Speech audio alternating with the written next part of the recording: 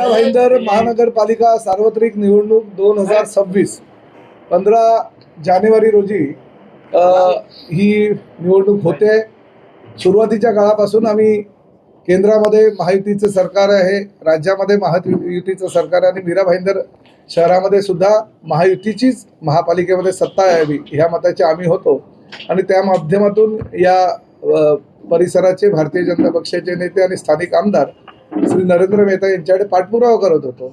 परंतु सुरुवातीच्या पासूनच आम्हाला असं दिसत होतं की त्यांना युतीमध्ये मीरा भाईंदर महापालिका लढायची नाही आहे आणि सातत्याने टाळत होते। शेवटी आम्हाला मी आदरणीय मुख्यमंत्र्यांशी बोललो, आदरणीय प्रदेशाध्यक्षांशी बोललो। त्यांनी तेव्हा एक पत्र काढून समन्वय समिती जी 3 आहे ती पाठवली, परंतु समन्वय समिती निश्चित केल्यानंतर सुद्धा त्यांनी माझा फोन वगैरे स्वीकारला नाही। नंतर मग त्यांनी त्यांच्या अध्यक्षांना फोन करायला सांगितलं। त्या फोनवरून मी त्यांच्या कार्यालयामध्ये 6 वाजताची वेळ होती म्हणून पोहोचलो, परंतु मेहता साहेब मात्र कुठेतरी कार्यक्रमामध्ये बिझी होते। ते तब्बल 7च्या दरम्यान त्या ठिकाणी आले। तोपर्यंत राज्याचा मंत्री असून सुद्धा काही कार्यकर्त्यांसाठी आणि महायुतीसाठी, कारण शेवटी आदरणीय नरेंद्रजी मोदी, आदरणीय योगीजी, आदरणीय देवेंद्रजी ज्या पद्धतीनं पूर्ण देशामध्ये महायुतीच्या सरकारचे जे जे विकास कामं आहे त्याचं पर्व राबवत आहेत आणि त्यामुळे आणि सर्वसामान्य आमच्या मीरा भाईंदर शहरातील महायुतीच्या कार्यकर्त्यांना न्याय मिळावा यासाठी मी तो अपमान गिळून सुद्धा त्या ठिकाणी बसलो। परंतु आल्यानंतर त्यांनी मला त्यांनी कलर केलेली एक अशी चिठ्ठी दाखवली आणि त्या चिठ्ठीमध्ये 13 जागा आम्ही तुम्हाला देऊ आणि जर ह्या 13 जागासुद्धा तुमच्या आम्ही जर तुम्हाला मदत केली तरच निवडून येतील असं मला सांगितलं। मी त्यावर काही न बोलता त्यांना एवढंच सांगितलं की साहेब, मीरा भाईंदरमध्ये तुम्ही 61 आहात, आम्ही 22 आहोत, कारण दोघांच्याही ह्या सिम्बॉलवर निवडून आलेल्या जागा आहेत।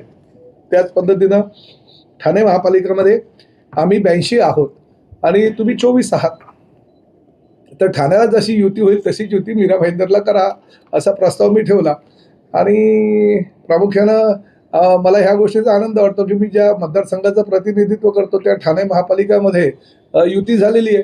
त्यांच्या 24 जागा असताना आम्ही त्यांना 40 जागा दिल्यात आणि मीरा भाईंदर महापालिकेमध्ये 22 जागा असताना आम्ही फक्त 36 जागा त्यांना मागितल्या होत्या। तर त्या न देता उलट त्यांनी आम्हाला त्या संदर्भात काही उत्तरही दिलं नाही।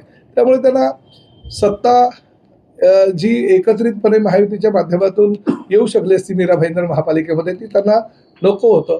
त्यांना काहीतरी स्वतःचा आत्मविश्वास त्यांचा एवढा दांडगा आहे की नाही, मलाच सर्व काही जागा मिळाल्या पाहिजे आणि कधी कधी आत्मविश्वास जो जास्त असतो तो त्यांना कल्पना आहे की 2019ला सर्वसामान्य जनतेने त्यांना धडा शिकवला होता, परंतु तरीसुद्धा आता त्यांना त्या पद्धत जाणीव नसल्या कारणानं एक अहमपणा, घमेंडी वृत्ती अशी जी त्यांची आहे, त्यामुळे त्यांनी मला एकही फोन न करता महायुतीच्या बाबतीत काही निर्णय दिला नाही। शेवटी काल रात्रीपर्यंत काही निर्णय आला नाही, कारण 24 तासाचा अल्टिमेटम दिला होता आपल्यासमोर। त्यामुळे आम्ही आमच्या सर्व 81 जे आमचे उमेदवार आहेत त्या 81 उमेदवारांना एबी फॉर्म दिलेत। प्रामुख्यानं आमचे सर्व ज्या जागा आहेत अतिशय चांगले कार्यक्षम बलवान उमेदवार आहेत आणि त्यांनी जी यादी प्रदर्शित केलेली आहे त्या यादीमध्ये उत्तर भारतीयांना एवढे दिले, राजस्थानींना एवढे दिले, गुजरातींना एवढे दिले, साऊथ इंडियनना एवढे दिले, म्हणजे मला कळत नाही।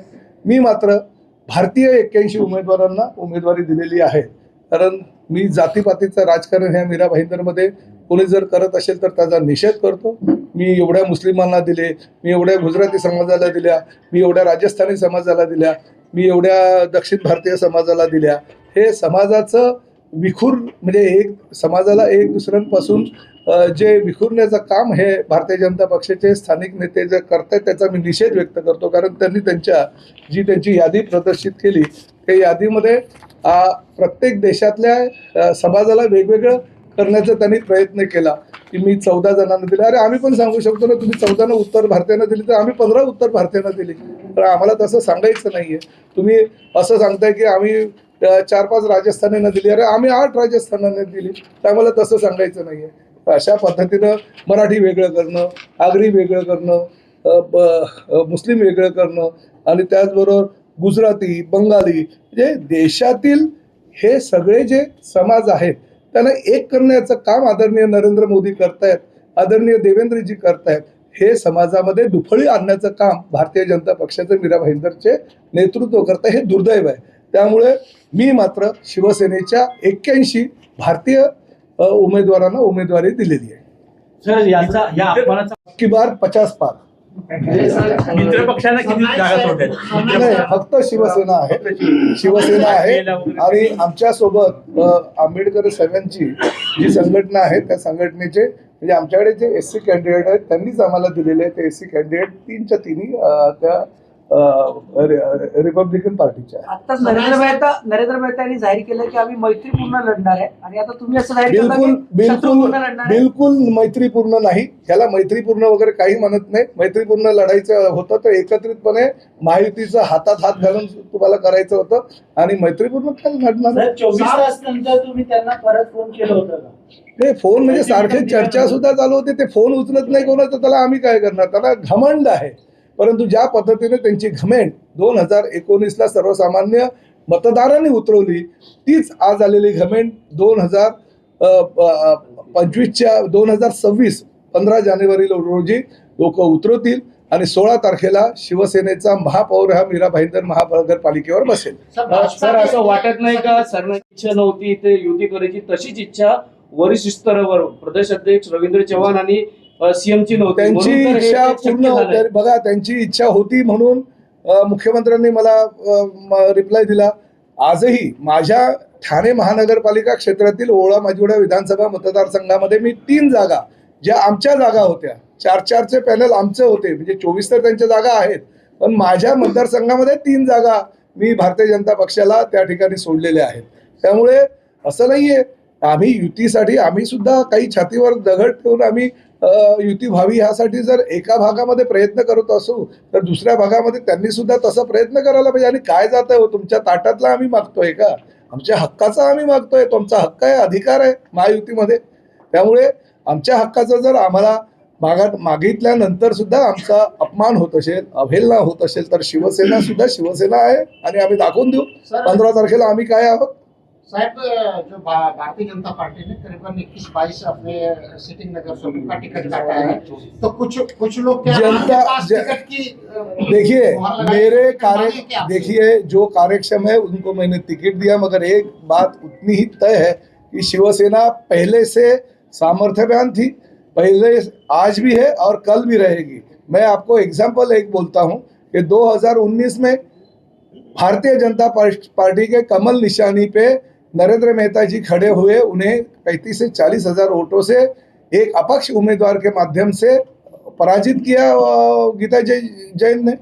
आज 2000 और उसी वक्त मैं उनके बाजू में धनुष्यबाण के निशानी पे 83,000 मार्जिन से जीत के आता हूँ.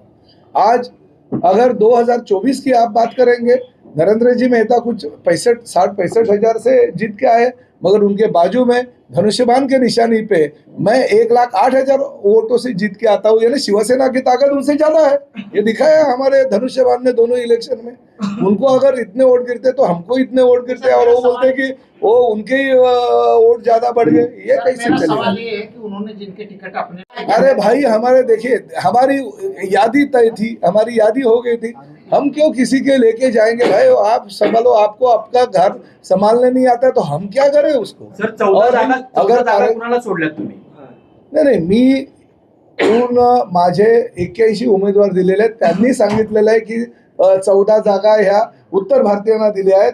माझं असं म्हणणं मी भारतीयांना दिलेले आहे. हे भारताचे नागरिक आहेत त्यांना मी उमेदवारी दिलेले आहे. त्यांच्या जाती पातीचं राजकारण करणं देशातल्या हा दक्षिण भारतीय आहे, हा उत्तर भारतीय आहे, हा बंगाली आहे, हा मुस्लिम आहे, हे जातीपातीचं राजकारण नरेंद्र मोदींनी सुद्धा आणि आदरणीय देवेंद्र फडणवीसांनी सुद्धा केलेलं नाही. पण या मीरा भाईंदर शहरामध्ये हे जातीपातीचं राजकारण करून माझ्या पक्षातर्फे मी ह्या जातीच्या लोकांना एवढं दिल्यावर तुम्ही असं म्हणत असाल 14 उत्तर भारतीयांना दिले तर आम्ही सुद्धा 15 उत्तर भारतीयांना दिले. परंतु आम्ही असंच सांगतो की आमचे 81च्या 81 उमेदवार हे भारतीय आहे. नाही सर, तसं नाही म्हणत. 81 उमेदवार आपले आहेत ना. 14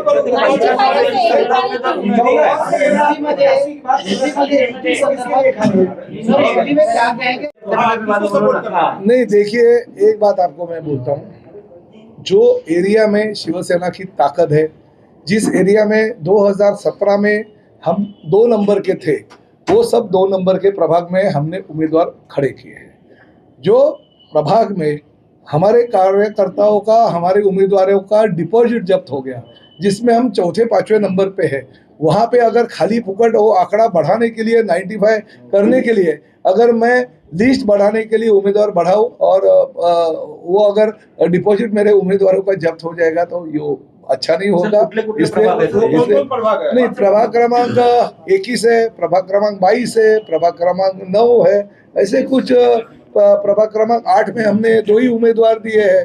तो किसी भी, देखिए ये 2017 का जो गणित था, जो 95 वहाँ पे हमने उम्मीदवार खड़े किए थे, मगर इस वक्त वो प्रभाग में अगर हमारी ताकद नहीं है तो हम उमेदवार खड़े करके चलेगा नहीं। इथे काँग्रेसचं प्राबल्य आहे, मग काँग्रेस बरोबर आपली छुपी युती असणार का?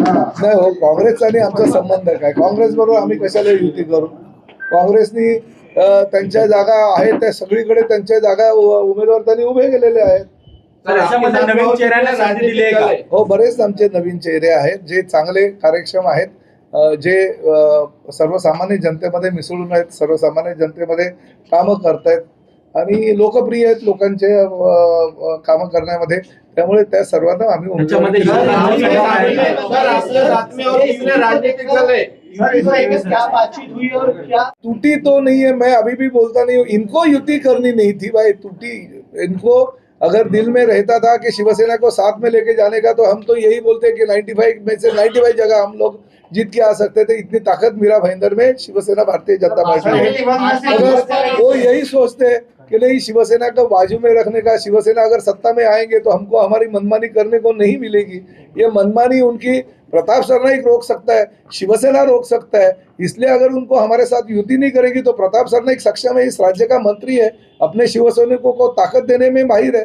हम मीरा भाईंदर शहर में हम ये नहीं बोलते कि हम 81 में से 81 लेके आएगा, मगर एक बात जरूर है, प्रताप सरनाईक 81 सीट अगर लड़ सकता है तो 50 से ज्यादा सीट जीता के भी ले आ सकता है। ये प्रताप सरनाईक की ताकत है और हम दिखाएंगे। आपके साथ में और कौन से राजनीतिक दल जुड़े हैं इस चुनाव में? हमारे साथ में सिर्फ और सिर्फ शिवसेना है, अंबेडकर साहब की आरपीआई जो है हमारे साथ गठबंधन उनका है। मेरे लिस्ट में जो हमारे सिंबल पे खड़े हैं वो 3 आरपीआई के कैंडिडेट है। सर, सभी पार्टी ने कहा, आप कैसे देखते सभी समाज को नहीं कहा, उन्होंने देश के अखंडता को धोखा और अलग अलग कर दिया है। देश की अखंडता है और ये अखंडता को कायम रखने के लिए देश के पंतप्रधान नरेंद्र मोदी जी कोशिश कर रहे हैं। उन्होंने उनके लिस्ट में उत्तर भारतीयों को इतने सीट दिया, दक्षिण भारतीयों को इतने दिया, बंगाली को इतने दिया, हमने मराठी लोगों को एक दिया, वापिस महाराष्ट्रियन में आगरी लोगों को इतना दिया। ये समाज के अलग अलग घटक को एक करने का काम राज्य सरकार और केंद्र सरकार कर रही है। आदरणीय नरेंद्र जी मोदी, आदरणीय देवेंद्र जी कर रहे हैं और यहाँ के नेता नरेंद्र मोदी मेहता जी, ये हमारे भारत के विविध अंगों को अलग अलग करने की कोशिश की है। मुसलमानों को इतना दिया, हिंदुओं को इतना दिया। अरे भाई ये क्या है?